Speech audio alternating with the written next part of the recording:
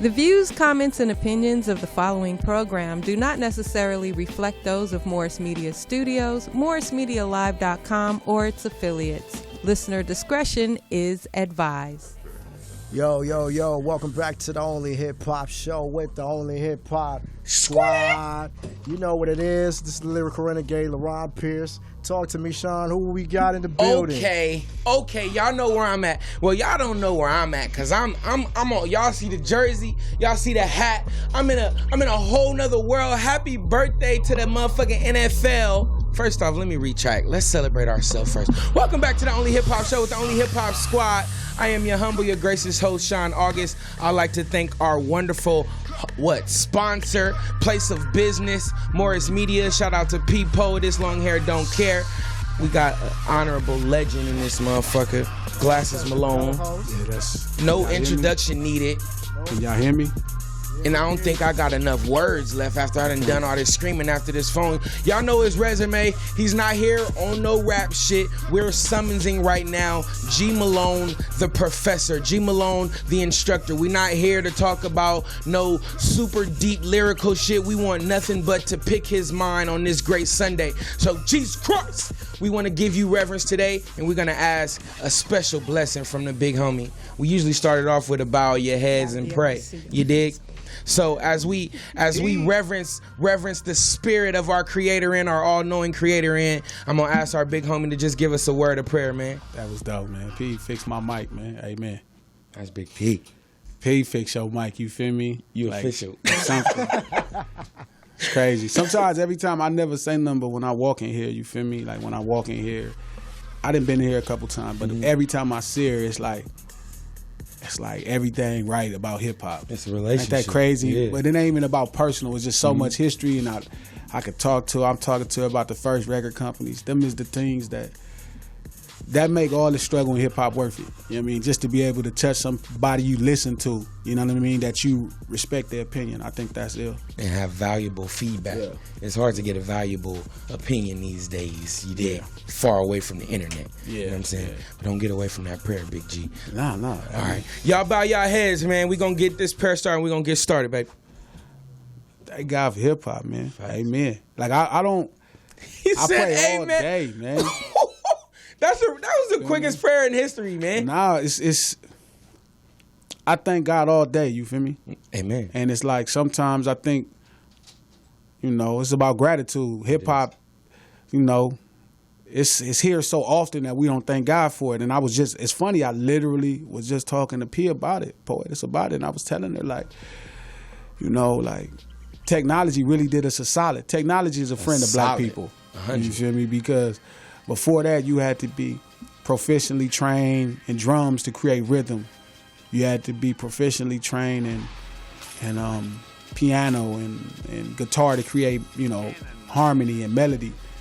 And technology gave us the opportunity to do that without and being proficiently trained. You feel me? And promote it. Yeah. So I know that seemed like a simple prayer, but really thank God for hip hop. Amen. It didn't change a lot of lives. It didn't put a lot of great thinkers to action. It didn't give us a lot of different communities. It didn't give us a lot of different perception. So again, I'm gonna say the prayer again. Thank God for hip hop.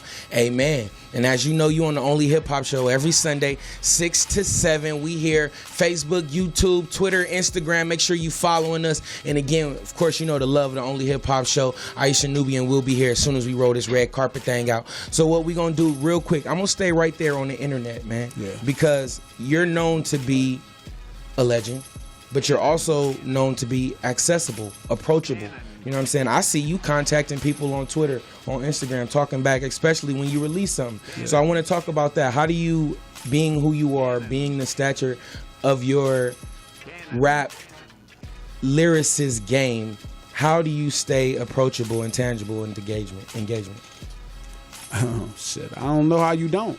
Okay. I think what I do is just like pretty standard. Nah, hell no. I know this sounds crazy, right? But hell it's no. like what I'm talking about is really what be happening, what I've been through. So, I mean, it's weird to hear sometimes people say stuff, but to me it's like normal. This is just living. I'm just living. engaging with people socially is kind of what you do in the streets. You feel me? I put out music for people. So listening to them, whether they have, I hear a lot of people like denounce people. Oh, you know, one of the biggest insults on the internet is like, oh, why do I got to talk to you? You got 100 followers. And it's like, well, I don't think that matter. That don't make somebody else's, to me, it don't make anybody else's voice more relevant. So I think I should, you know, if I'm, you know, curious about what somebody's saying, whether they have 10 followers or 10 million, stem me, everybody the same, at least to me. So, you know, having success or, you know, Bentley or G-Wagon or money don't, you know, it don't mean you better than nobody else. It just means your circumstances worked out for you. You know what I mean? It don't make you better. So if you release music for people, it makes sense to listen to what people say about the music. That's the point of it. Now, you said it did us a solid digital world, the internet. It did us a great thumbs up. Now we're in technology. We're in the information age. Sure. Everything is accessible. So as the teacher coming to G, as the Professor G, I want to ask you, if I'm dumb, if I don't know anything about hip-hop, but I want to know everything about hip-hop, starting from where you started from, where are you going to tell me to go? Where are you going to direct me? Shit. I mean, it's easier now to find out everything. Yeah. I mean, Shout out to technology. Wikipedia is deadly. YouTube is deadly. Like, I've been fucking with cars for, I don't know, 30 years. I learned how to do shit in cars now that I never knew pre-YouTube. You know, you could be around it and you'll learn some shit. Like, you could learn anything. You know what I'm saying? When I first got into hip-hop, I really didn't know nothing about it. Like, I was just really it. Yeah. The songs that they was talking about, what people were rapping about, we was just doing it. So, you know, I wasn't a product of hip-hop. I am hip-hop. Hip-hop didn't influence me. I influenced it.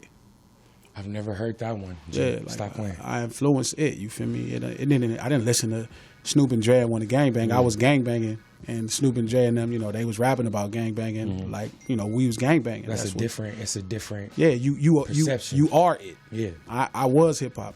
I've sold drugs before I ever heard a rapper. You still are. You know what I mean? Yeah, I'm still that. Versus somebody being influenced by the culture. So I didn't really ever, I think, care to learn about it. You know, what I knew is what I knew versus over the last 8 years. Like, I pretty much fell in love with it. And I just, same conversation with Poetess where I was just asking her about, today I realized Sugar Hill Records, right, theoretically was the first successful rap label. You know, they put out, obviously, Sugar Hill Gang and Rapper's Delight. I'm trying to make the connection. They were a record label. Sugar Hill Records was the record label that released. I didn't know that. Okay. You know, they released. I didn't know that. Yeah, it was an independent company that released Rapper's Delight. Okay. You feel me? So then I realized that Curtis Blow was the first rapper signed to a major record company in Mercury. Yeah. And so he had his joint. And I just been doing all of the background checks today. Like, I was talking to Uncle Hen and Steele and Bobcat and different people about, like, you know, I'm so plugged now. I was talking to Poetess, you know, talking about Macola. Shout out P. And, you know, the blessing of being in the industry is you get to connect a lot of dots that you didn't know. You know, I didn't know Sugar Hill Records was I didn't know that was a record label. I thought that was just a rap group that had a song. I didn't know that Curtis Blow was the first rapper signed to a major in Mercury. I didn't never realize Run DMC wasn't signed to Def Jam. No. You know what I'm saying? Shout out to Uncle Rush. Shout out to that Rush card. Yeah, right. And watching, you know, being able to see that Def Jam came around in, you know, 84 and start monetizing. You know, really LL became it. Yeah. And then finally to come to the West Coast. But it's somebody I'm missing as far as rap labels now. You know, I'm trying to figure out who was before Ruthless that was kind of successful as a West Coast rap label. See, here's the thing, and I got so many questions. I'm gonna pick your mind, so pardon all the additional segues. Sure. But nowadays, well, over time, kind of the goal of a rapper has been the label deal. I'm signed that changes everything. Now necessarily it's still kind of the deal, it's still kind of a butterfly flying around, but people are more willing to bang that independent side and work hard on that independent side. So just what's your opinion on the both and the polarity of it? So another thing I learned, most of the people that say they have record companies, they're not really running record companies. Or the deals they're having deals with record companies. I'm starting to realize that word company, what comes before it, right? Be nice. No, for real. Be nice. If you sign the Interscope, you probably aren't running a record company 100 with them. 100. Who's marketing the record is the record company. You know what I'm saying? Who's marketing the record is the record company. So if Death Row was, let's say, signed to Interscope is marketing the records. Now, that don't mean Suge didn't have influence over the marketing, but they're marketing the record. Versus Ruthless, who had a distribution deal, if I understand correctly, with Priority. So they were marketing their own records. As far as being independent versus being signed,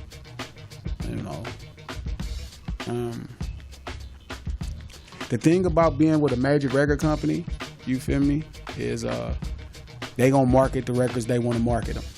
You could tell them, you could give them your opinion, but they gonna market the records the way they want to market them. Is that what we would say control is? Losing your control? Is that the control part of it? I mean, you could retain a little control, but one problem is you can't tell them how to spend their money that's supposed to be your money. Okay. That's for damn sure. You can advise them, but even though whatever money you borrow, you feel me? Whatever money is borrowed in your name, to Service Records, you don't have complete say over it. And you supposed to pay, you pay all that money back. So it's crazy that you can't decide how it's spent. It's not crazy, but they like, look, we gonna loan you the money and we gonna show you how to spend the money. Okay. But you owe us. It's your money. And we talked about the history because every time I hear you, you're always a scholar.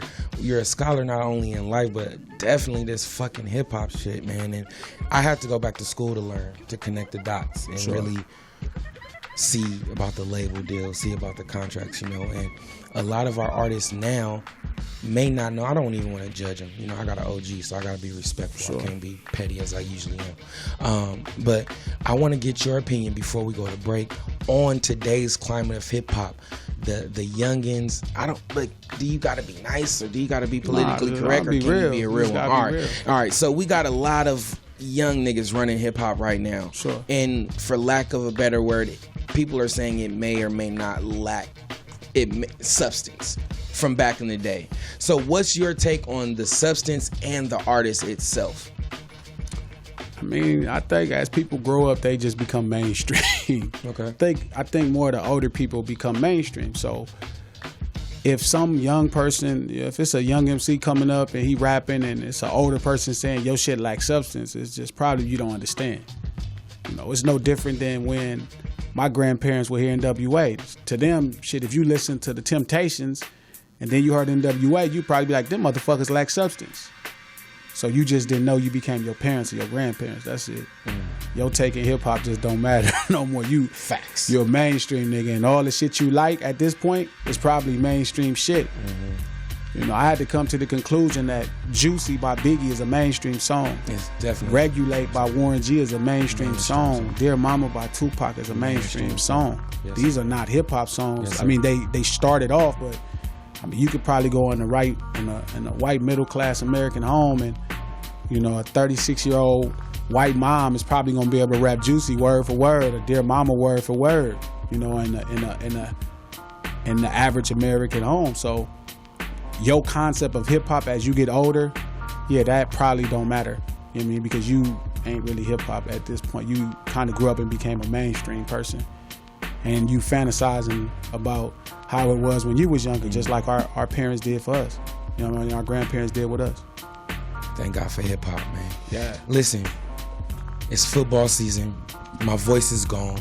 We done with hip hop. Now we about to get into the political shit, the ratchet shit, the gangster shit. We about to talk shit with the OG instructor, Glasses Malone. LP, take us to break, man. We'll be right the fuck back. Shout out to Poetess, baby.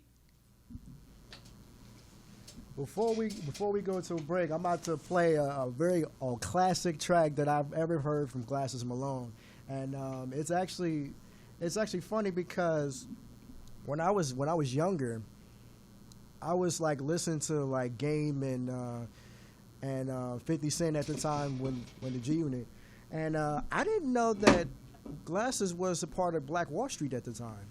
That's how I started my career with Black Wall Street. Shout out to Chuck. Shout out to Face. Shout out to G-Ride. Shout out to Fat Rat. You don't never hear people think about Fat Rat when they say Black Wall Street. Right. You know what I mean? Shout out to Fats, you feel me? Yeah. That's how I started my rap career as far as like with any platform that people remember. You know what I mean? Before that, it was just me and the homies. That was the first time I got with somebody else outside of the homies. And to watch Game like rise up in 2004 and 5 and 6 was just like crazy. I never thought I would see something bigger than that until I seen Lil Wayne, obviously, in 2008. That was different, too. Is Game good? Game is fun. I mean, as an MC, Game is... Oh, you mean just in regular living? Just regular life. I think so. I mean, his son just had another birthday. That's he always was buying his son a car. Okay. I mean, Chuck is probably going to be just fine. All right, cool. You know? But the rap shit, he born to rap, so we all know that. Yeah, that's and we going to get in the top that's 5. accurate. That nigga's underrated. Underrated. But West Coast, we got the trophies. We know what's up. And that's funny because Game is my favorite rapper. And I favorite him a lot with my Underrated voices and shit. You know what I mean? And other rappers as well, like Mono Technique and Tech 9. Those are like my main favorites. And we can talk about that too. Like he was part of not Strange Music, but you know, not signed to Strange Music, but you know, we can talk about that. Hell yeah. Yo, welcome back to the Only Hip Hop Show with the Only Hip Hop Squad. We got Glasses Malone in the building. What's up, G? Saying Where the fuck is Aisha Nubi and that girl? Bring your fine ass to the squad, to the pulpit. We love you. You know she on the way. Welcome back to the Only Hip Hop Show with the Only Hip Hop Squad. You know we got to hold it down every Sunday, 6 to 7. It's time for some ratchet shit. You know what? Before we do that, man, Please. Glasses, like, let me ask this, man. Yeah. Since this is the first song that I've heard in the radio back in the day, while we was growing up, what was the process like of recording songs like Certified? And we can talk about Tupac Must Die in a minute, but Sure. just pretty much Certified, because that was really a hard ass hit. You know what I mean? Yeah, that was funny. So we went to Atlanta. I ain't gonna lie, like I love what T.I. was doing. Like at that time, I really like What You Know About That and the sound of it. The sound, sonically, that was crazy. And for some reason, like when you from Watts, you just got this real sick connection with the South. And I just loved the way all of that shit sounded. So it was a producer, DJ Toon, was making it. And I went to Atlanta to just get with him. And he was like, yeah, like he was cool. He didn't even trip. I mean, he charged money, but he could have said no. You know, he didn't need my little money at the time. He had the biggest songs in the world at the time with Tip and Kanye and all of that. So he was like, come by. So I went out there to his studio, coolest spot. He in there playing beats. And, you know, at that time, I didn't really know nothing about writing records. You know what I'm saying? I was just straight raw. Like, I had just finished selling Sherm, you know what I'm saying, and gangbanging. And, feel me, getting shot at. Getting shot at by the Carver Park. You know how that is, man. Yeah. We just had you was just talking about what you had been through. And I'm in there writing the rap. I'm like, I like this beat. And so I'm just writing this rap. And I'm just talking shit because this is what I felt at the time. Like, I just wanted to make sure niggas knew I was here. That was my whole thing with that song. I was like, I'm finna make a song to let niggas know that I'm here. And Cam called me, Cam from Watts, and shout out to Big Bro, and he was like, hey, you at DJ Toon Studio in Atlanta? I'm like, yeah. He was like, oh, Akon them just hit me right now. He finna pull up on you. I'm like, for real? He like, yeah. Like, I just was telling him, and he called certain niggas, and niggas was like, yeah, you was an official nigga in the city. So he was like, I'm gonna come jump out. So he pulled up in his Lamborghini and all that. And was like, yeah, what up, Glasses? You know, blah, blah. I'm like, yeah, what's happening, cuz? You know, I'm talking to him and all of that. And he just was cool. And he was like, yeah, let me do a couple songs for you. I'm like, for real? He like, yeah. And I was like, shit, okay. And so he's like, what you writing? I'm rapping it to him. He like, oh, I know just what to say. He just kind of bopped around for like 5-10 minutes, went in the booth, and just knocked out the hook. And when he finished the hook, I just finished all my verses, and I just rapped it. How long? I don't know, 15 minutes. Because the whole song is just me, like, talking shit. Like, it was all of the, 20 years of struggle at that point, 20-some years of struggle at that point. So I'm just kicking it from my motherfucking heart, from my soul. And Tunk took it and mixed it. And it's funny because if you listen to the Electric Chair, it's like this unmixed version of the song. And it was hard. You know what I'm saying? But when you hear the mixed version of that shit and Leslie. Hold on, wait. Because the last time we had you here, I know you a motherfucking stickler for mixing and mastering. Yeah, it changed. But so how, this was that early. easy for you? No, because, right, so, like, at first, I didn't know none of this shit. Like, I'm serious when I tell you, like, as far as the culture of hip-hop, I didn't know nothing. I never grew up wanting to be no rapper. Like, I didn't know nothing about this shit. You know what I'm saying? I just, it found me. That shit found you. And, I didn't have no interest. Like, I didn't know how rap worked. I just thought you just keep it real and talk your shit, and if people fuck with you, they fuck like with us you. all, right. Yeah, and, hearing the mix of that shit, it was, like, crazy. Shout out to Leslie at Patchworks. You know what I mean? Shout out Patchwork. to good people over there. But Leslie, I think you pronounce it Braithwaite or Braithwaite, and he mixed the dog shit out of it. And I remember the bill came back, and the bill was like $6,000 for mixing a song. Because it was 2 days at Patchworks, and that's how much shit cost. And plus his fee, you know what I'm saying? I think his fee to mix was like, and master 6 racks. was like, You said 2 days? 2 days in the studio.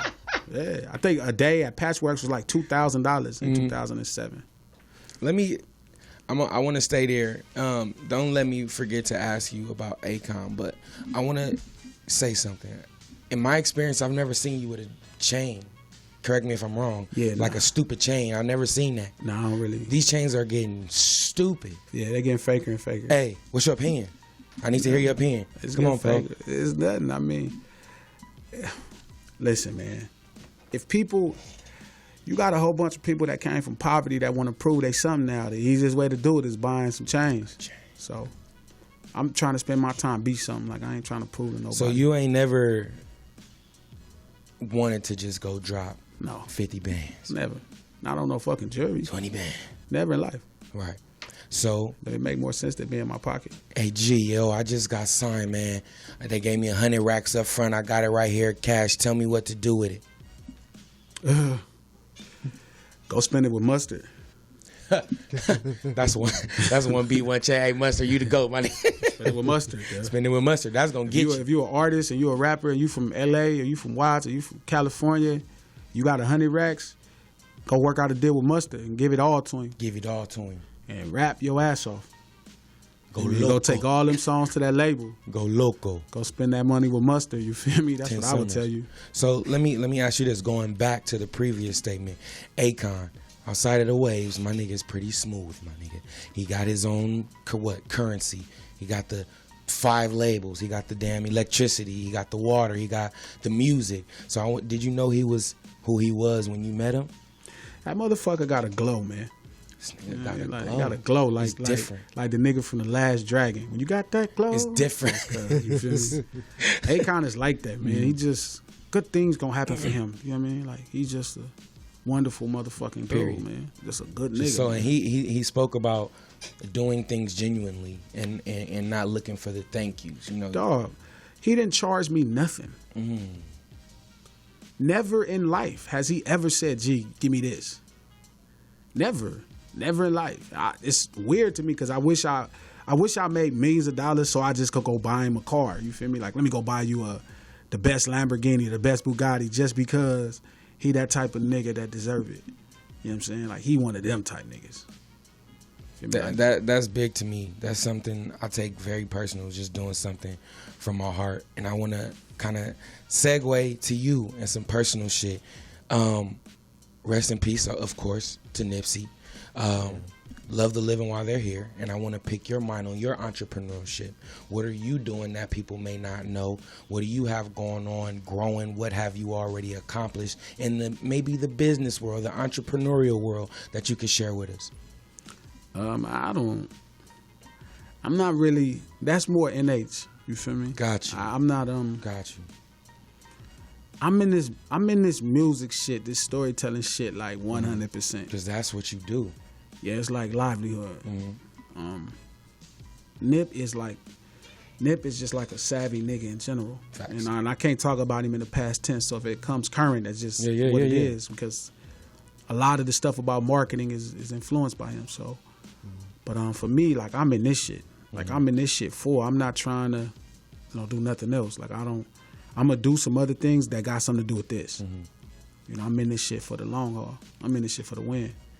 So, I got some stuff, but I don't think, I didn't do none of it to make no money. So Okay. You know what I'm saying? I just did it just to, I like doing it or something. Okay. Let me ask you about this. That's his if I language. could be real, if I'm too real, Sure. tell me shut the No, fuck no, up. All please. right. I'm fortunate enough to be around 6th, 7th, and 8th graders all day. Is that a fortunate? Yeah, absolutely, 100%, 100%. And they're so open, they're so willing to learn, they're so fucking smart. One thing I do see is a love for Nipsey. Yeah. Okay, and I was able to ask them, hey, like, do you even know who Nipsey is? Like, they were like, no, not until he passed away. My mom didn't say anything. We didn't listen to his music until he passed away. That's most people. That's most people. That's fair to say. So I want to ask you about that. What's your take on this true rapper's burial that they're giving, that they gave him, the everything, the media? Just let me shut up. What's your opinion on people loving him after death? I mean, his music, man. Rappers die all the time, and don't nobody give a fuck. 100%. You feel me? Like, niggas die every day. Great niggas die every day. What I mean? Yeah. But I think his music, his spirit, like, if you met him, he's a hard nigga not to like. Yeah. He's a very likable person, and he's genuine, and man, he's a really, like, special kind of guy. So I think, I always say this, but his body, like, caged his energy. He started figuring out ways to get it out there. I see that. But his body caged his energy. So when his body kind of couldn't hold his energy any longer, it's able to, it's able to roam through the universe freely. You're on some real professor shit right now. I'm just telling you. Nah. I didn't learn this, man. I didn't learn this like that. I just, something you feel. And it was like, when people finally got a hold to his message, it was going to be, shit. If you knew him, like, you know what I mean? It was a really kind of different guy. 100%. I mean, it's just I like him. I liked him a lot. Like, I like him a lot. He's a very, Dom Kennedy, like, 100. I just was saying that, like, if you meet some of these people, some of these niggas ain't that likable. Chuck is not Game is not a likable person. Like, a lot of people don't like Game. I like him because I understand him. But Nipsey is one of them type of people that anybody that meet him, you probably liked him. Game do some very unlikable shit sometimes.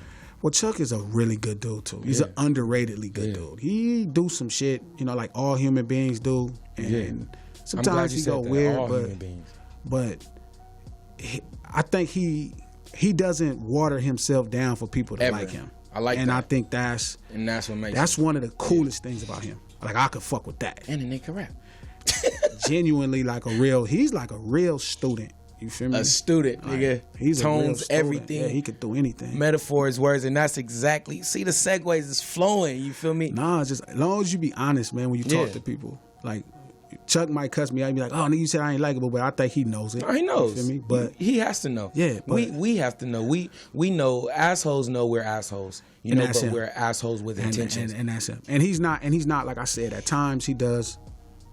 He's a different kind of guy, but he's overall a good person. Like, he one of the people that you just want good things to happen. Some people don't, but I genuinely want good things to happen for him because I know he's doing the best he can. Yeah. That's all we all can do. You feel me? And he's doing the best he can, and he'll do anything for you if he fuck with you. If he fuck with you, Nip is the kind of person is just like that, where Nip will give you all the game. You just gotta want it. He'll say something to you, you feel me, and give you a couple books. Not even like he'll tell you that, but if he see you digesting the information, he gonna feed you. Really, yeah. You know what I'm saying? So, all of these dudes are like special. You know what I'm saying? To their own. I always tell Problem he not an asshole enough in public. Problem in real life is probably like an asshole. He don't mean to be, but he is. He's a very arrogant person, and rightfully so. He's brilliant. But I think I also believe in a level of transparency with the public. Like Nipsey is the same way. What kind of level though? Full. I don't know, because you wouldn't even tell me your business ventures. I don't really have any. Okay. Like I don't do business. Just be full trans. You think that's safe? Well, nobody said you was gonna make it through this Nobody shit. say you was gonna make this shit. You want to be great, or do you want to make it? Facts. Feel me? Like That's the difference. being great, you gotta sacrifice. Nobody makes it out of this life alive. Nobody. Feel me? You gonna die for sure. Shout out to Keith. But I think full transparent. That's what we love. Our favorite artists are usually fully transparent. Yeah. You know what I mean? Every now and then you get a Whitney Houston where somebody will water her down until she opens up her mouth and sings. But for the most part, our favorite characters, it's the reason why we love the Joker more than we love Batman. Facts. You Can't get to wait see all his flaws and watch how big the movie be. Yeah. Imagine be the favorite. Yeah, it's like you could watch a movie about a villain, but you couldn't watch a movie about a hero without a fight. Without him fighting. Yeah, like you're not gonna see Joker fight. No, like it's not really gonna be like story. Yeah, it's gonna be like just how he became the person he is, and we all care. Right. You know what I'm saying? So I believe in full transparency. That was something me and Nip talked about, authenticity to the next level. Full transparency, and it's hard, but if you know what the end goal is, it makes those days a little bit more tolerable. So again, if you know, this is some shout out to LaRon Pierce, shout out to Morris Media, shout out to any fucking entrepreneur. If y'all tune in every week, y'all know I say it. This is the year of the underdog. If you ain't shooting your shot, if you ain't putting out your best music, your best video, your best mix, your best beat, if you not putting it up, and G said Akon did something with no charge, my nigga. So if you crying over $30 and you missing opportunities for 15, of course get your money. I just had this conversation on Twitter. Let's talk. Producers, you feel me? Like, if you listening to this, the goal is not to place a hit record. The goal is to break an artist. 100. Somewhere along the lines in hip hop, it got lost, and it started being about trying to place a hit record. Man, that fucking bag. But let me tell you something about that bag. That bag is different when you break an artist. 100. That bag, Dr. Dre bag, permanent. Forever. It's niggas who done placed more hit records with more artists than Dr. Dre, but they ain't broke more artists than Dr. Dre. You got it's different. If you only good as the people you put on. So if you can't put nobody on. So if you produce and you think you nice, it's 1,000 rappers. Find you one, right? Like glue. Take your sound and make him become the #1 artist in Los Angeles or the #1 artist in California. And you will call me and buy me a car. Period. It'll change your life. But don't have beats and you constantly chasing, K-Dot or J-Rock or Q or YG. Don't chase them. They gonna come to you. Type beat. They gonna, that's the funny shit. And I get it because that's how artists service. Yeah. But that's why I also don't get into the entrepreneurial talk. I'm not into that. Because why not? Because business for business is trash. It's passionless. Break that down for me. Break business for business. Break that down. Like doing business for the sake of doing business is trash. It lacks passion. You got a passion for doing business? What kind of white people? What in the mayonnaise is that? Doing music to do music, is that trash? No, that's what it's about. But it's nothing wrong with doing music to be #1 at music, to have the jam that everybody want to listen to. That's cool. That's financially viable too. It's more viable than somebody that come into business to just make money. But I'm not mad at nobody who do business to do business, but I don't do business just to do business. I need a little bit more clarity on that. Just a little bit more, because I'm still a little bit confused. Doing anything for the sake of making money just got it. Okay, passion. Say no more. I agree with you. I just got it. You sold it in. Got it. 100%. If you doing anything for me, for me too. Yeah. I'm signing. I just wanted to make sure I was clear on what you were saying. Yeah, so I don't really get into that's everybody else. That's other people's lane. For me, it's like get in your passion. You feel me? Get in your purpose. Dig a hole and live in that motherfucker. You feel me? Like, what's the boy from Iraq that was running Iraq that started all the wars? Jussie Smollett? No, from Iraq. Anyway, they got to come find me in this hole. You feel me? There you go. Bin Laden. No, not Bin Laden. Hussein, Saddam, the first Bin Laden, Hussein. Yeah. Saddam Hussein.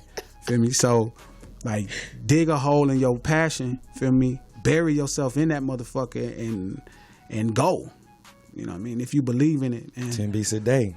yeah. I mean, and place them. Don't just make 10 beats a day. It's 10 rappers out there. Yeah. Tell these rappers, hey, just fuck with me. Find you some dope niggas that everybody don't know. You know what I'm saying? And start making shit for them. And dig yourself into the science of your business. You know, don't just be caught up in the artistic measure. And that's what I do appreciate about. That's one of the things I do appreciate about entrepreneurship is it's a science of business. I'm into the science of everything as well, but I feel like we get into music just for the art, but it's a science in records. 100%. And that's what you gotta, that's Down part to of everything. And that's what you gotta be a part of too. And here we go. I know that you spoke about your favorite rappers on a platform. So I want to get into it because I might agree with you. I don't know. But the younger generation, I've been having some studio conversations about this whole Tupac Snoop thing, man. So you ain't got to go too deep in it. Let me check. Oh, we good. We good. POTUS, we good? We good, POTUS. All right.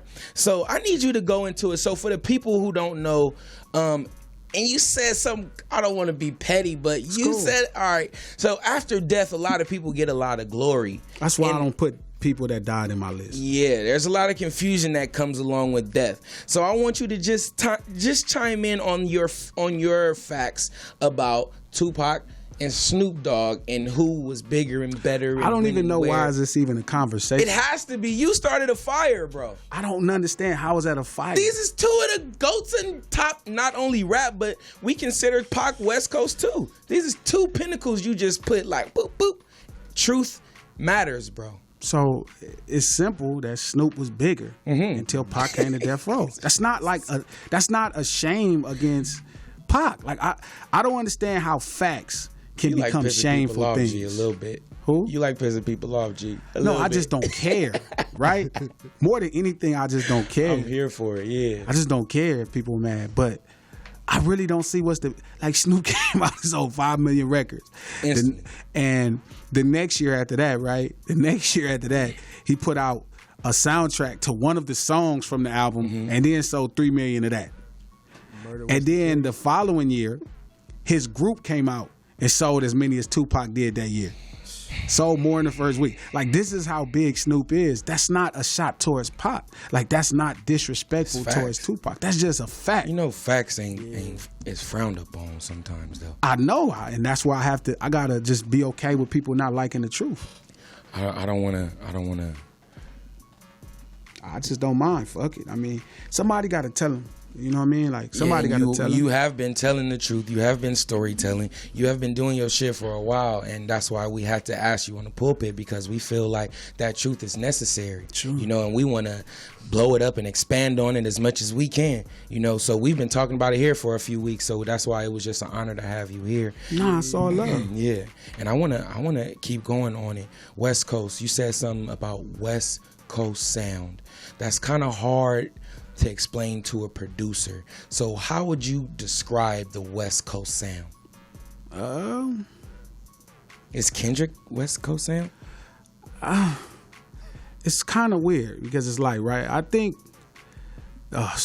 so Dot kind of like, Dot knows what he's doing, first off. So like, Dot know what some shit sound West Coast. Like, he knows West Coast. You will see him when you look at him in the video, he'll start moving like a West Coast nigga. With a Patriot jacket on. Shout out K-Dot. Yeah, right? And he'll move like a West Coast nigga. But I think at this point, and I think for a while he's been making a very worldly brand of music. Yes. Like a pop music. Almost like Very Q. pop. And I think if you ask them that, they may tell you that. They make a very worldly style of music. I don't think their goal is to, you know, necessarily just or start with infecting the West Coast. So, but I think when you say West Coast sound, right, it's like a heartbeat. It's like a tempo. It's a feel. A tempo. You know what I mean? And What tempo? What tempo you telling the producer? I would say like 98. 88 to 105. Okay. Feel me? Okay. And you know, for us, it's I think our urban culture, our black people out here, we adopted funk. So things that are very carefree and funky, that's very much a direct correlation of lifestyle that fits Los Angeles. And there's all kind of pockets that fit everything else, but the overall. Shout out to George Clinton too. Yeah. The overall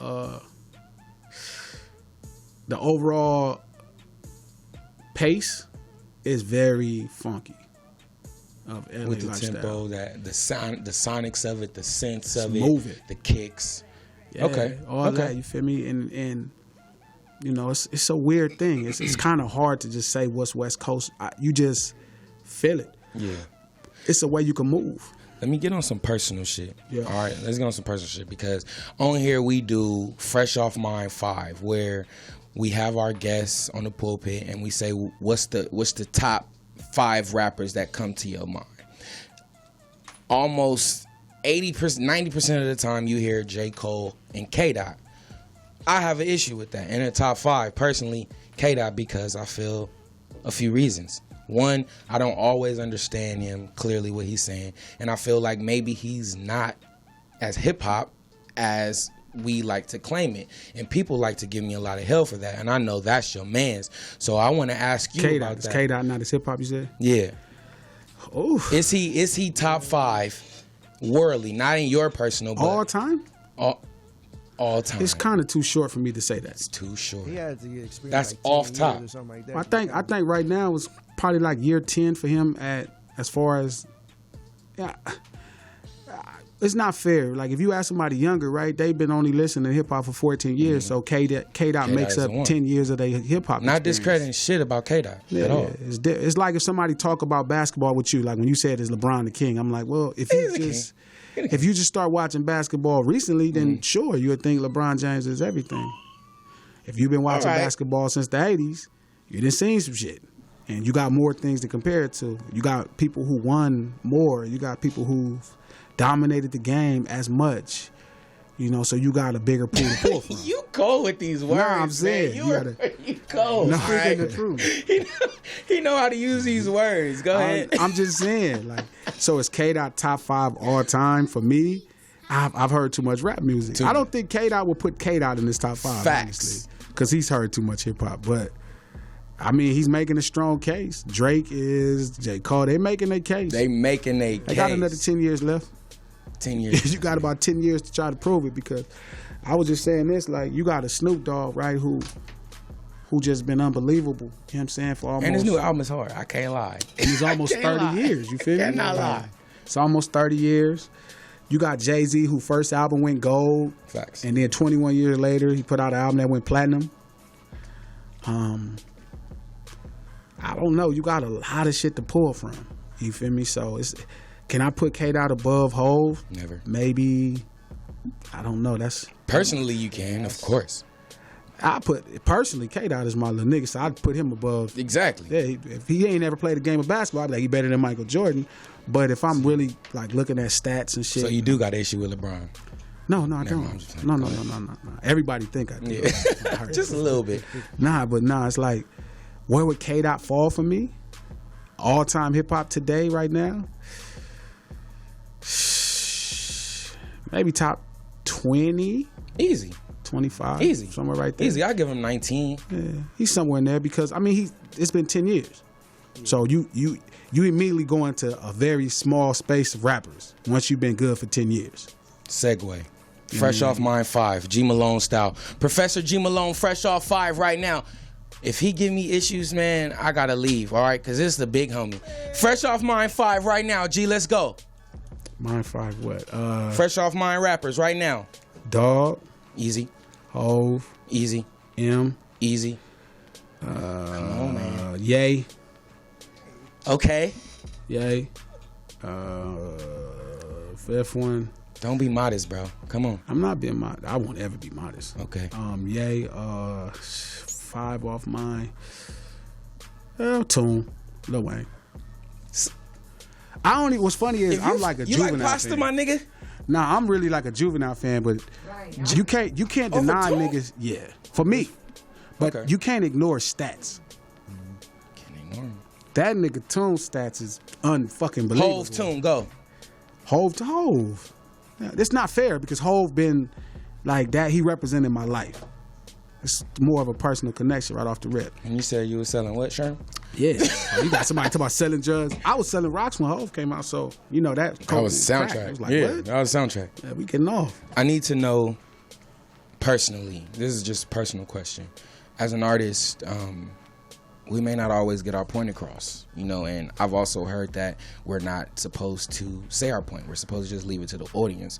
But I want to be an ignorant nigga and ask you if you feel like there's anything that was left off of Tupac Deserved to Die, if there's any narrative that you want to add or anything you want to augment to the video, please share it with us, man, and let us know what you want the audience to take from it.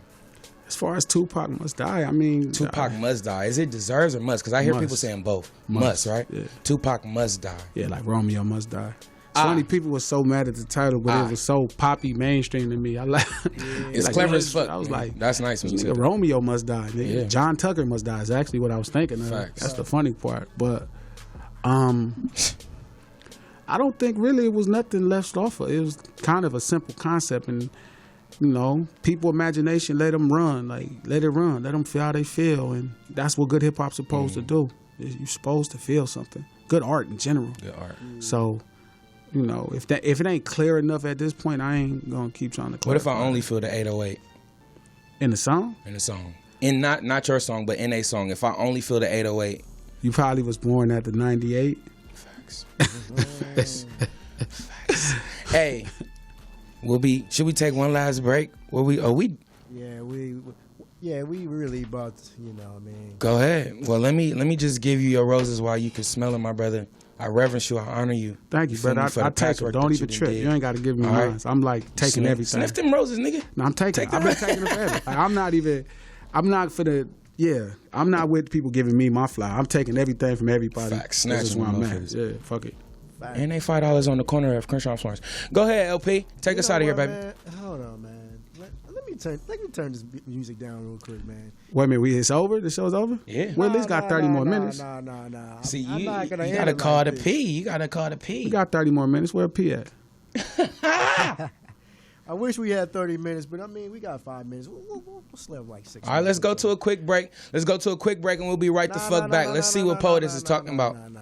We'll continue this. We'll continue this. But All right, I say wanted to less. say this, you know what I mean? When I heard the record, man, it was really confusing because when I've heard it, I was kind of confused, like about the Tupac situation. I was like, wait a minute. I thought whatchamacallit had something to do with this, and he was with a car with him, Suge Knight.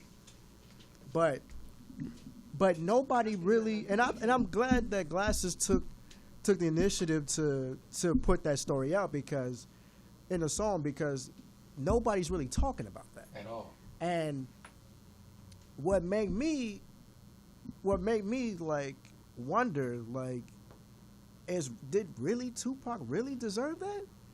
That's the whole point of the That's the song. whole point of the Yeah. song, bro. If you grow up in some level of street culture and you get attacked by 8 people, you know, the way you preserve your reputation and how you value it because that's all you feel like you have retaliate. left. Right? It's your name. You know, that's the point of it. Honestly, to me, when I hear the song and I look at the video, I don't think I take either side, as weird as it sounds. Like You can't. to me, like I respect Tupac for backing up his partner, you feel me? And then I respect Baby Lane for, you know, protecting his reputation and letting niggas know like this, y'all not gonna disrespect me at this level. Yeah. Right. Not at that way. So I mean, it's for some people, you know, it's for people to feel whatever, it's for people to just you know, whatever. Like shit. It's I don't understand what's really that confusing. It's really like a simple story. It wasn't confusing for me. No, it wasn't confusing for me it was confusing me at the time, but when I heard the lyrics and I saw the video and the concept, and I was like, okay, I see where this is going because like, but at the same time, because what I got from the video is Tupac was on the wrong place at the wrong time, and he was rolling with the Bloods, so that was understandable. You know what I mean? It's not the wrong place, wrong time. though. It's not no wrong place, wrong time. no. I mean, That's how I took it. Pac Pac did what he rapped about. Yeah, shit, he was thugging. You feel me? The shits and the shits come. You thugging with your peoples. You feel me? And y'all get into it with a nigga that you feel disrespected your partner. You feel me? And you react and he reacts. Facts. It's just how it goes. It's another LA story that's tragic, but it represents like a legend in the culture. Like, so it's a very challenge. It's a weird thing. It's a weird place to be at to watch it because, like I said, you have to come to that conclusion. Like, damn, what I had killed. What's funny is somebody asked me. You feel me? They was like, yeah, gee, that's fucked up. How could you kill Tupac? And I'm like, well, technically, if you watched the video, you killed Tupac. You was the nigga I gave the gun to. And you did it. You clicked it. And that was the whole point of it. Like, literally, it's shot first person. If you watching the video, you watching from the eyes of Baby Lane. Now. So come on. You shot Tupac, actually. Technically, if you watch the video, you shot him. Why did you do Tupac like that? Is the real question. I just gave you the gun because I didn't want niggas to think you was a buster. That shit is really first person. Now I'm thinking about that shit. I'm like, you that shit is on some Call of Duty type shit. Yeah, like you did it, nigga. I just told you, you better not let this nigga, because boy, we gonna have 1,000 jokes when we get back to the town that Tupac whipped your ass. Nigga. Let's take a break. We're going to disconnect all the other people. It's just going to, from here on out, we're going to be playing that tape whenever you walk in the spot. If your old lady, you get into it with your girl and you get into it, she be like, you wasn't saying this shit when Tupac fucked you up. That was going to be you. So that's don't come back home after that. Hey, LP, we got the love in this motherfucker. Let's take a quick break. Shout out to the poet that's long hair, don't care. Shout out to Morris Media. We'll be right the fuck back, man. We're going to play another classic. Some good dick. Girl, I need that good dick. Fuck around. Hey! Guess who just joined in with us with G Malone? We watching you. Go. It's spotlight on you. Oh, you should know me and our co-host just joined I'm about to in. go up. we got 10 Pace minutes. yourself by 20, my nigga. Only if you care. Welcome back to the Only Hip Hop Show with the Only Hip Hop Squad. We back with G Malone, the Professor Malone in this motherfucker. He been spilling game for like the past hour. So much so the poet just done blessed us with a little bit more time. Shout out to P for giving Shout out us to that extra P. 15 minutes. Shout out to Jesus.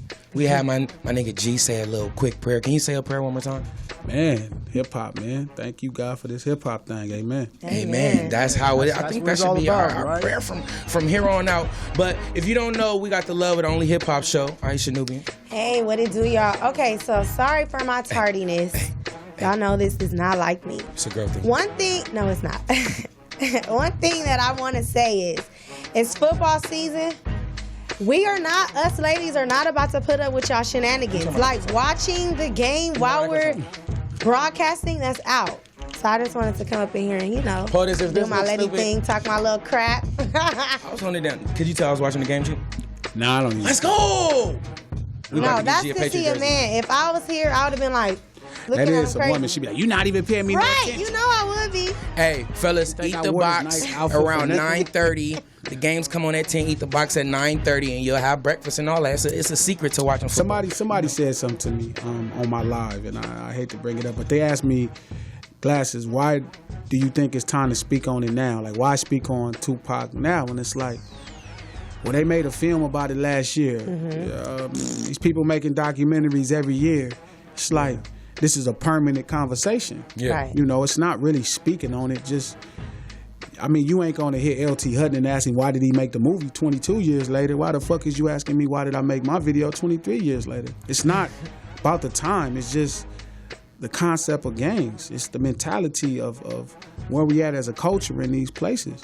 Yeah. This is the same song I made. I think you just finally cared because of the person involved, but this shit is permanent in my life. I lost a lot of friends. I've been making songs about how gangbanging claims lives all the time. So why do you care 23 years later is your problem. Facts. That ain't really my problem. Politics. Well, go ahead. What did you actually think about what was the movie called? All Eyes on Me, did you say? What did you actually take from that? Did you like it? What was your opinion? So I'm finna get in a lot of trouble. I ain't never seen it. Oh, okay. You didn't miss shit. Hey, Glasses, you ain't the only one. Hey, you didn't miss shit. I saw it. I never saw it. And you know the real story. And I know Benny and I know LT, so it kind of is crappy because I know the person who directed it, and I know the person who produced it, and I just haven't ever took time to watch it. I know that's fucking weird, right? It's like, oh shit. So it's like we've talked since this video came out, and they probably gonna hear this and be like, "Wait a minute, nigga, you never." And it's like, not on purpose. It's just life is happening so fast. I'm trying to make my own movies. I know that's right. Hey, your shit was better than the movie though, but we're not gonna say that. Don't say that because it's still a lot of money. See, I can say it. You can't say it, but I could be. You know what I mean? Unless they. I hope people enjoyed it as much as they enjoyed the movie. That's a good concept. I hope so. Too politically correct. I'm trying to get. I'm not ever politically correct. Though. I'm not. I'm just saying I can't judge the movie to tell you if my video. If I seen it and I knew it, I would. I don't give a fuck what nobody said. Okay. But I've never seen the film to say what's better or what's worse. Like I would imagine a film that they spend $40 million is gonna be better than a video that I made and directed. Stop. I would hope. Stop. You would hope. Okay. You would hope. Yeah, I think so. You see this but there word? were a lot of mixed reviews I'm just saying. about that movie. There were a lot of mixed reviews. A lot of people were disappointed. I know personally myself, the ending was just. Don't spoil it for the homie. I'm not, but I would encourage you to watch it and see what you think about it. Business. There's been finally they released the full meeting between Roger Goodell, Charlemagne, and Jay-Z about this NFL. I know you don't watch it, and I know you don't particularly like doing business for business. It's very polarizing as well. So I want to get your OG topic on not only that partnership, but just partnership along with hip-hop and these huge industries. Again, Jay-Z is a mainstream icon. Mm-hmm. Like, he's not really hip-hop at this point. He's outgrew the culture. I know that sounds weird, but it's lot accurate. Of music transcends into pop and mainstream. Yeah. But Jay-Z is a pop artist and a pop icon at this point. He's no longer just ours. Mm-hmm. So I have to find room to understand that his moves are not going to represent per se what I think or what the greater good of what I think our culture should represent. And then I got to trust him. Shit, he been doing this shit 20-some years. So, I mean, I guess we to the best of where we could be. You feel me? Like, I don't know. Like, I don't know. I don't really know what to say. I wish I can honestly, you know what I can say? I wish he didn't do it. That's for damn sure. I wish he didn't. I wish he did. I wish it never happened. Yeah, why? Elaborate. Well, because the way it feels, just don't feel good. Feel weird. Yeah. But then he could have said, "Glasses, I wish you to make this video. It feel weird." Yeah. Feel me? So I just got to trust what dude been doing. Like I've been supporting him now for 23 years. Like I gotta believe that he felt this was a necessary move to constantly further himself as a brand. And you know what? I'm gonna say this. It's offensive, right? I hate that we're starting to market ourselves, right? A lot of the artists are marketing themselves as products or as spearhead leaders to social reform. Because when you with social reform as a brother, we expect you to go down with the ship. That's what we expect of all our black leaders. So when you do things that's not going down with the ship, like you like, oh, it's the inevitable, these things are gonna happen anyway, so we need to figure out how to fit in. We don't expect that from our social leaders. So if Hov hadn't been viewed at this point or talking so much social reform, then we would have looked at this totally different. But when you start social reform, you start thinking that the interests of our culture as a whole, matters more than your personal interests. That's what social reform stands for. So when you see a free Meek documentary, now you hold them to the standards of Martin Luther King because they're marketing themselves through social reform. They act like J. Cole, any of these dudes that do that, you expect them not to do something that's against the culture because, again, with social reform, you expect people to forsake their personal interests for the interests of, the overall culture. And where do you value, as a man and as an artist, expectation? How do you value that? What I expect of someone. I think anybody that likes any brand, you just naturally do that. You want to believe somebody is selling them themselves. Like, it's very few rappers that haven't let me down. And people. In life, I think everybody lets you down. Right. You know who I've grown to really grow more and more of an affinity for, that I feel like is just super transparent, and I just enjoy everything about how transparent he is? Kanye West. Yeah. Whether I agree or disagree, how transparent he is, you can see his shit a mile away. A mile away. Whether, you know, like when he genuinely talks about he likes Trump, it's genuine. It's not like, oh, I like the politics. It's like, no, I like how the way he carries himself in his masculine way, he stand up or he this or that. Like, I like that he can. It's all strategic, by the way. Right. But yeah. And it's not even about strategic. I genuinely believe it's authentic. Like, I don't think it's. I think he's talking when it benefits him, but I think he's giving you his true thoughts at those times. I was more referring to how Trump stands as strategic, but go ahead. Trump is general. I don't even know why y'all empowering him like this. It's almost. I'm so ashamed of everybody. Like, you're so offended that he wants to replace a fence with a wall. Like, why are we even talking about that? Right. Why is this nigga on the news every day for not saying nothing? Like, I'll make America great. So you got to have the people like, oh, he talking about when slaves, like any of these clients, like anybody was allowed. Like, he says the most general things in the world, and it just shows you how insecure society is, because you start adopting your own things to whatever he's saying. And it's like brilliant on his behalf, and it's really like sad on the other one. Sad on our behalf as a country. You know, it's just like anything he says, we just off the porch, and it's like, you know, you only give it power when you sit around and talk about him on the news every day because he went and played golf. Like, I don't give a fuck about that. Like, breaking news? but that's my point. That's how polarizing he is, and he like, people are comparing him to Hitler. Like, Hitler really did some shit. Right. Yeah. This motherfucker. Hitler was really smart too. You feel me? But mine is that I'm just saying, how do you compare him to like one of the most important? Because they're both misunderstood. Well, it's different with Hitler. Hitler like lined a bunch of people up and killed them. So, you know, his place in history is rightfully earned. Yeah. Well, however you judge him, he earned that shit. You feel me? If you don't fuck with him, worked hard for that you got good reason to not fuck with him. You feel me? You have great reasons to not fuck with him. Trump ain't earned shit. Mm-hmm. Trump is the first social media star before social media. A person with no talent that literally figured out how to make himself celebrated. And it's not a diss to him, because he don't really have talent. His talent is the talent of nothingness. Like, he don't really have a true stance. He's not really a real Republican. He's not really a real Democrat. He's not really a really wealthy person. He's not really a white person. He's not really anything. He's just like this very general human being. And somehow he's created this polarity with these very like simple-minded ideas. Like, make America great. Like, how could I'm loving it. How can just do it? Yeah. Like, what does it mean? That's what it is. That's what it is. It's like his own just do it, but and it's like, you like, oh, well, he means with slavery. And I'm like, well, the reason it works so well is we always talking about like when America was better. Like, you gonna hear people talk about hip hop, like, oh, hip hop was better in the 90s. People let it pass. They let it pass. Basketball was better in the 80s. Let the past go. Feel me? And that's what makes the statement so brilliant, because it comes with trauma and memories of good times just as much. But if you black in this country, it come with trauma. But theoretically, this country was better for blacks at one time too. You go to Detroit in the 60s when they had the GM factories and everybody had jobs and shit.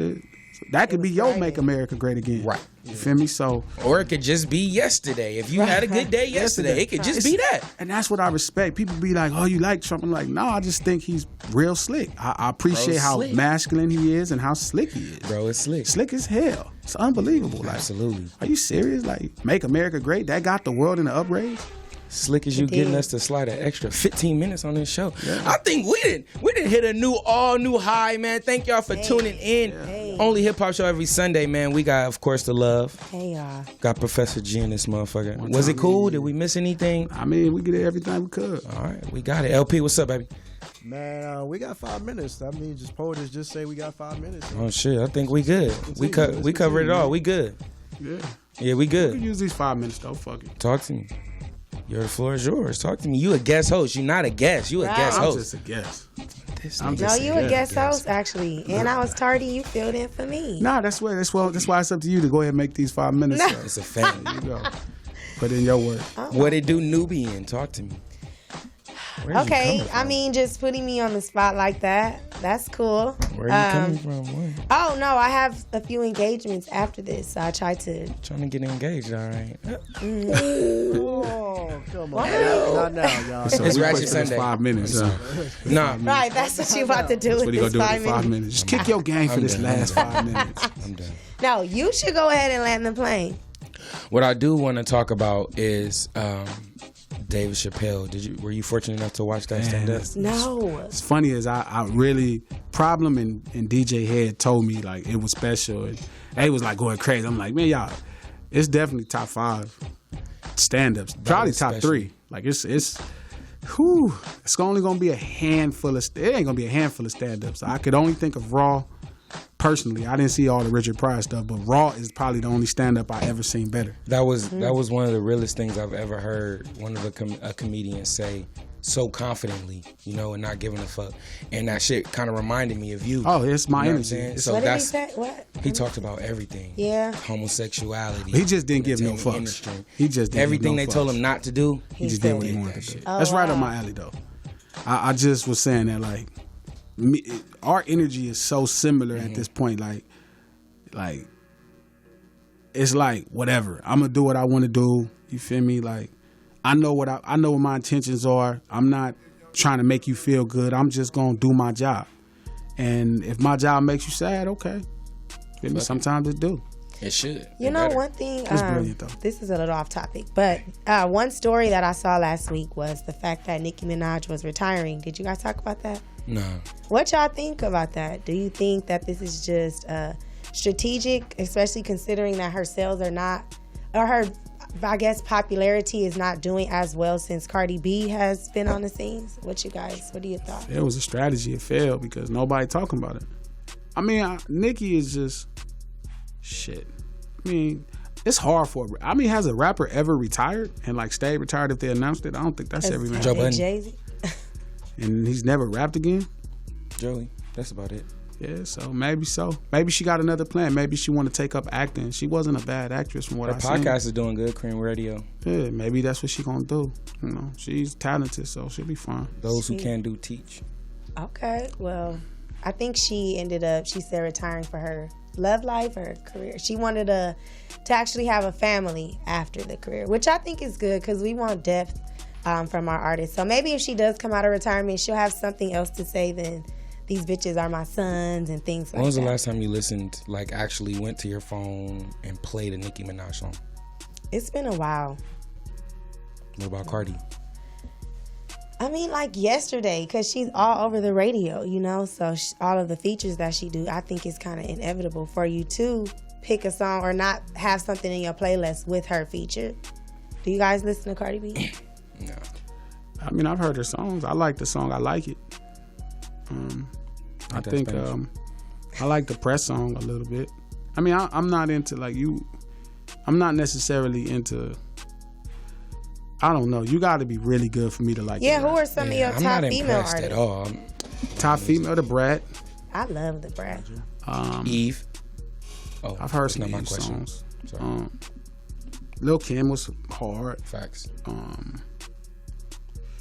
Trina. I mean, I enjoy rap songs. I don't think I really do like top female artists. I don't separate. Lauren. You got all the Missy. I used to really love a lot of Missy shit. I mean, it's hard to listen to a girl when she talking about fucking a nigga. Like Facts. that just don't. Like I can't play. Like the only song I can play like that is "Drunk in Love" by Beyonce. Facts. And I'm ashamed to I like admit that that I Soldier really like that to song. relate With to it. Tunchi. Oh, yeah. Soldier. that's Dope. okay. And I hate to admit I really like that song, but it's like women rap kind of sometimes like For women. Do if you you ever talking catch about yourself singing it? Like, Drunk in Love all the time. All the that. time. It's like that's her best song. Like I don't give a fuck what nobody say. That is her best record. That fucking record is fucking scary good. Whoever wrote that shit wrote the dog shit out of that song. Yeah. She nailed that motherfucker you have into no pieces. emotion. Do you know that song? Yeah, I was listening to what he was saying. He's been saying a lot of stuff that's been aligning with a lot of stuff we've been talking about. And It's honest, man. That Drunk in Love song, shit. That is a really good record, man. That motherfucker. And you be singing about someone we be up all night. First off, she is talking about a nigga. and you find yourself hitting that shit, you be like, You gonna hit that note. what is going on? That's a good record. That's how that motherfucking song. Yeah, that's a G, really good what's good with you in the music now? Like, I know you got Must Die out. What's going on? Nothing. Just making it. Feel me? Having fun. Feel me? And just dropping shit when I feel like it, and I drop a project when I feel like it. But I guarantee you this: you won't miss it no more. When it come out, you gonna know it came out. Facts. You won't be like, "What's the last thing you put out?" That's what's not gonna happen. Every time I drop something at this point, you gonna know it came out. And the Must Die with Tupac Must Die is more. It's felt more grassroots to me when it grew. Yeah. Did you have a promotion campaign behind it, or did you just? I mean, I had an idea, but I didn't really do a promotional campaign. Okay. It just, I mean, man, once you learn how to market, you feel me? Like, shout out to Nip. Like, I can't thank him, man, my boy Mitro enough, like, about inspiring me to really pick up marketing. It's so empowering. You know what I'm saying? You don't feel like such a prisoner to everything else. Like, I don't feel like a prisoner to my age. I don't feel like a prisoner to what's going on currently. Like Tupac Must Die sound like itself. Like, it don't sound like, I don't give a fuck what your shit sound like. Like, it don't sound like my shit, and I didn't need it to sound like your shit for people to find out it exists. That's like, marketing is the most empowering thing an artist can really pick up, because you won't need all of the funny part is you won't have to compromise your art as much. Right. You could just make what you want to make. Like, the song that I'm thinking about dropping, it don't, shout out to Blast, because he kind of anchored the production of it. You know what I'm saying? Shout out to Blast. Shout out to Blast. But, like, man. it don't sound like other shit that's going on right now. I'm gonna just do it my way, like, because I don't need all of those things to make it work no more. I just know how to make shit work. It's an amazing feeling, and this first song was just proof of it, and the next song will be more proof, and the third song, if I come out with one, to be proof of it. It's easy. You fucking with Blast, an R&B track? Blast is A little something for the lady. do I got something for girls? I think I always got one or two things for the girls. As a big nigga, do you have issues with getting girls? As a big man, do I have issue with girls? No, not at all. No, not at all. It's quite easy, right? Around the wintertime, it get easier. That's what I'm talking about. It's coming up too. You messed with a big nigga before? I love big guys. They make me feel so small. I love it. It's big nigga seasons in the winter. Yeah. On that note, y'all, Close to a 555. baller belly. All right. LP, get us out of here. I'm Big trying baby. to find some Man, love. let me just pause this beat real quick, man. As I was saying earlier about Tupac Must Die, you know what I mean? That was a powerful record, you know what I mean? Because it really inspired me a little bit, because I'm more of a storytelling rapper than just speak about shit, you know, because I give people a lot of the silent treatment, because I don't really speak a lot of what's going on with me, you know, how I used to do things and things that I've done, because that's just not me, you know. I don't really do stuff like that. But then, like, when I heard this song about storytelling about this, and it was just like, man, anybody can tell a story like that. That's just for example, you know what I mean? I thought this shit was dope, you know what I mean? That was very classic, you know. I just, you know what I mean? On the behalf of the Only Hip Hop Show, G, I'm really proud of you, bro. Thank you. That means a lot to me. Facts. That mean the world to me, way more than you could imagine. It's funny is, you know, I sent it to Ice-T. I always consider Ice-T the father of what West Coast rap is in its essence. Yeah. And like, I was able to show him the video and let him hear the song before I put it out. And to see, like, listen to him talk about how he was like, yo, you finna have some problems, but this shit is hard. It made me laugh, because it's like, yo, you made a song called Cop Killer. And like, you worried about me having problems. Right. You feel me? But some of them moments, like I said, talking to poetess in this room, you know, these are like, my mom is really the real music head. Mm-hmm. So, you know, she's the reason I know who everybody is. So to be able to talk to her, or to text back and forth with Ice-T about certain ideas, or to email Dre and have conversations with him, or write songs for him, or to DM with Snoop, or to, you know, any of these things are like, that's what it's about. You know what I mean? Those are the things that really none of the money I've ever made could ever replace. It couldn't replace listening to Snoop talk about the song. It can't. The money mean nothing. You feel me? Listening to Dog talk about the song, listening to Before it dropped? no after. Okay. You know when he's in New York and they're like, yo, what you think about it? It's like, yo, that was I had my moment in hip hop. Like I finally put hip hop on his heels. That was like amazing. Would you say that was your biggest moment? Hands down, it ain't even close. It's not even nothing close. Like Certified did good as a song, but people thought it was Jeezy. That Good was a West Coast thing, but it kind of reminded you of some other stuff. This one was the first time where hip hop as a collective really had to deal with exactly what I do on the microphone. And who you are. Like they had to deal with it, and they didn't know what to do. Everybody deal with it at the same time. And people, like I look at the comments on the Vivo, you feel me? And it'll be like one person be like, yo, this dude is a creative change. This is unbelievable. And the next nigga be like, yo, this shit is whack. I hope this nigga die. To create that kind of polarity, you know what I'm saying? It lets you see how powerful, we can be when we just be transparent and kick it the way we know it. Right.